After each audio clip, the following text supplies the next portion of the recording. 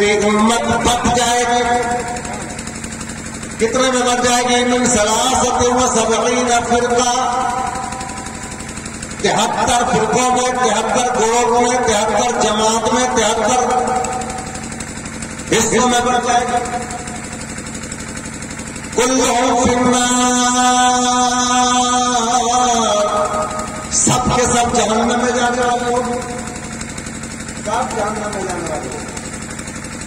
الا فرقۃ واحدہ، مگر ایک فرقہ، ایک جماعت، ایک گروہ جنت میں جانے والا.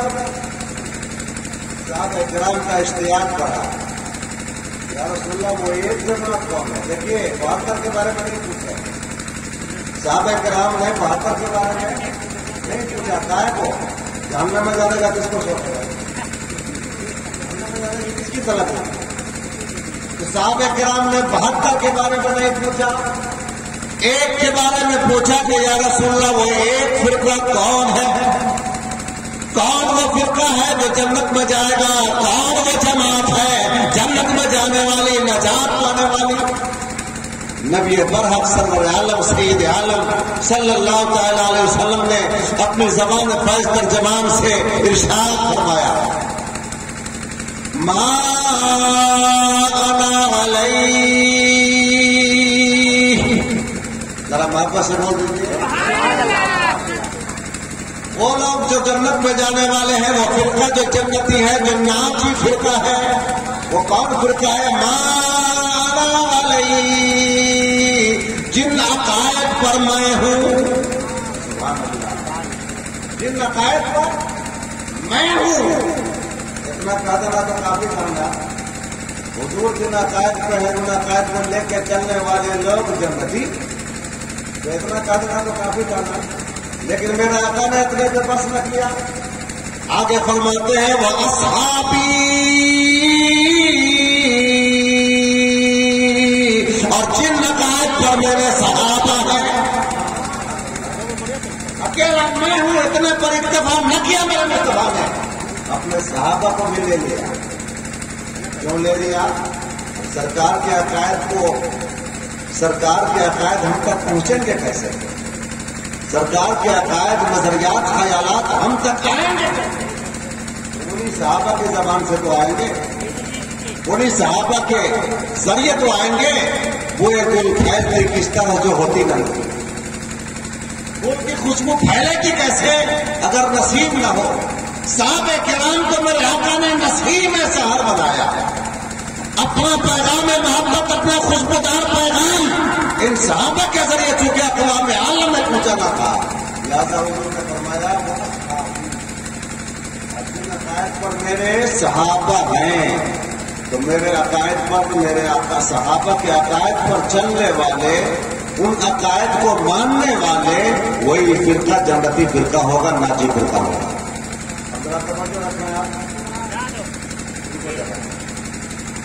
آج ہم مدرسہ میں پڑھا رہے ہیں، آج ہم اسٹیج پہ تقریر کی بجائے سمجھے درسگاہ میں بیٹھے ہیں. سمجھیے کہ مسئلہ کے اعلیٰ حضرت، مسئلہ کے اعلیٰ حضرت کیا چیز ہے؟ لوگ سمجھتے ہیں کہ شاید کہ مسئلہ کے اعلیٰ حضرت وہ ہے جس کو اعلیٰ حضرت نے بنایا، اسی لیے مسئلہ کے اعلیٰ حضرت نام پڑ گیا. مسئلہ کے اعلیٰ حضرت وہ ہے جو بریلی شریف سے نکلا ہے، اس لیے مسئلہ کے اعلیٰ حضرت نام پڑ گیا. ہرگز ایسا نہیں، حاشا وکلا، ہرگز ایسا نہیں. یہ تو اعلیٰ حضرت کے عقیدے پر حملہ کرنا ہو جائے گا، اعلیٰ حضرت کی عظمت سے کھیلنا ہو جائے گا، اعلیٰ حضرت کو بدعتی قرار دینا ہو جائے گا، اعلیٰ حضرت کو اہل سنت سے نکالنا ہو جائے گا.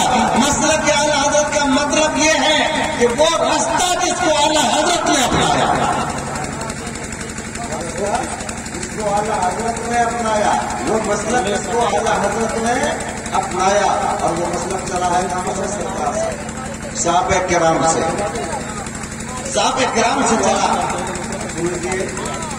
صحابہ کرام سے جو بنیادی عقائد چلے، جو تمام دنیا کے اہل سنت و جماعت کے لیے نقطۂ اتحاد ہے، وہ بنیادی عقائد ہیں جن عقائد میں جا کر کے شافعی بھی مل جاتے ہیں، حنبلی مل جاتے ہیں، حنفی مل جاتے ہیں، مالکی بھی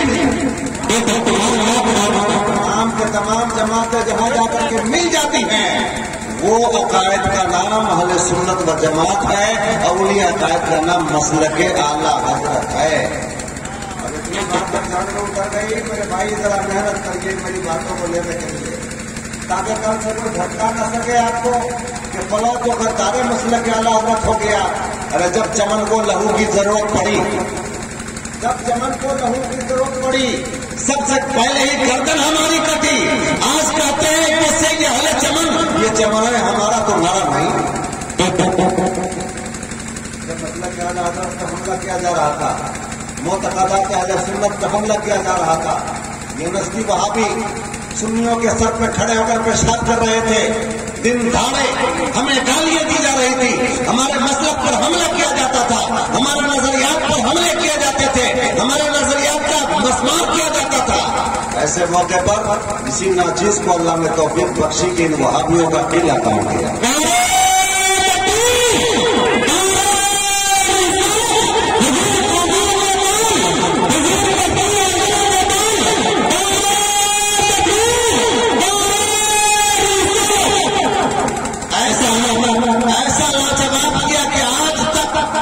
جبکہ ایف ایم چھوڑ چکا تھا، لیکن خوف ایسا طاری ہے کہ آج تک وہ بکواس کرنے کی ہمت نہیں کرتے ہیں۔ مولوی صاحب کہتا ہے کہ یہی مسئلہ کہ اعلیٰ حضرت کے بچار ہے۔ ہم کہتے ہیں مولوی صاحب سمجھیے مسئلہ کہ اعلیٰ حضرت کا مطلب، ذرا دھیان دیجیے گا، شاید میری تقریر میں آپ لوگوں کو کوئی ٹیسٹ نہ ملے، لیکن باتیں کام کیے ذرا لے لیجیے۔ جو بنیادی عقائد ہیں ایسے جن میں امام شافعی بھی شریک ہو جاتے ہیں، امام احمد بن حنبل بھی شریک ہو جاتے ہیں، امام اعظم بھی شریک ہو جاتے ہیں، امام مالک بھی شریک ہو جاتے ہیں۔ دنیا میں سنیت کی یہ چاروں نہریں ہیں جو پوری دنیا میں پھیلی ہوئی ہیں، بہر سنیت سے نکلی ہوئی چاروں نہریں ہیں، شافعی اور حنفی، مالکی، حنبلی، اور وہی مسائل میں دیکھیں آیا پڑھیے، شرم بتایا پڑھیے، اصول الشافعی پڑھیے، ہزاروں مسائل میں اختلاف ملے گا۔ ایک ہی مسئلہ خالی بتا دیتا ہوں اور پھر اس کے بعد آپ کو سمجھاؤں گا کہ اتنا اختلاف کے باوجود بھی سب مسئلے کے اعلیٰ حضرت والے ہیں۔ ذرا دھیان سے سنیے گا، وضو کرنے میں ہمارے یہاں نیت شرط نہیں ہے۔ وضو کرنے میں نیت کرنا ضروری، ذرا بولیے اپنے منہ سے، وضو کرنے میں نیت کرنا ضروری؟ اگر بغیر نیت کے بھی وضو کر لیں تو وضو ہو جائے۔ نماز کے لیے مستحب استطاعت ہو، نماز پڑھ سکتے ہیں، تلاوت کر سکتے ہیں، قرآن چھو سکتے ہیں، طواف کعبہ کر سکتے ہیں، نماز جنازہ پڑھ سکتے ہیں، یعنی ہر وہ کام کر سکتے ہیں جس کے لیے وضو ضروری ہے۔ بغیر نیت کے وضو سے آپ سب ہمارے یہاں نیت کرنا ضروری نہیں ہے، لیکن امام شافعی رحمۃ اللہ علیہ کے یہاں نیت کرنا وضو میں ضروری ہے۔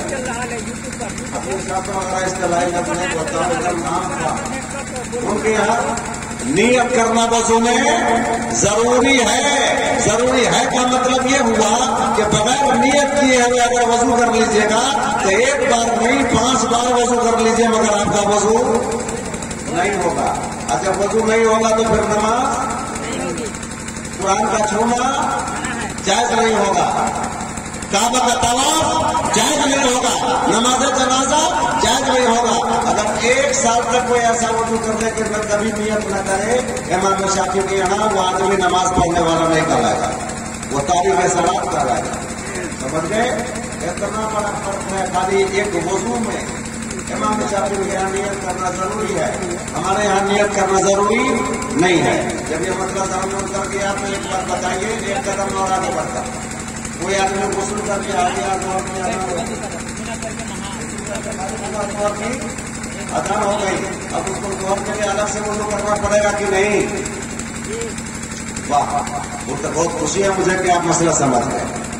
بالکل اس میں وضو کرنے کی ضرورت نہیں ہے، کیونکہ جتنا کام وضو میں ہوتا ہے وہ سارا کام وضو کرنے میں ہو گیا ہے۔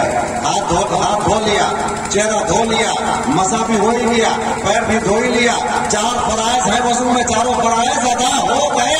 لہذا اب اگر وہ دوبارہ وضو نہیں کرتا ہے کوئی دقت نہیں ہے، اسی سے کام چل جائے گا، نماز پڑھ سکتا ہے۔ مگر امام شافعی رحمۃ اللہ علیہ نے یہاں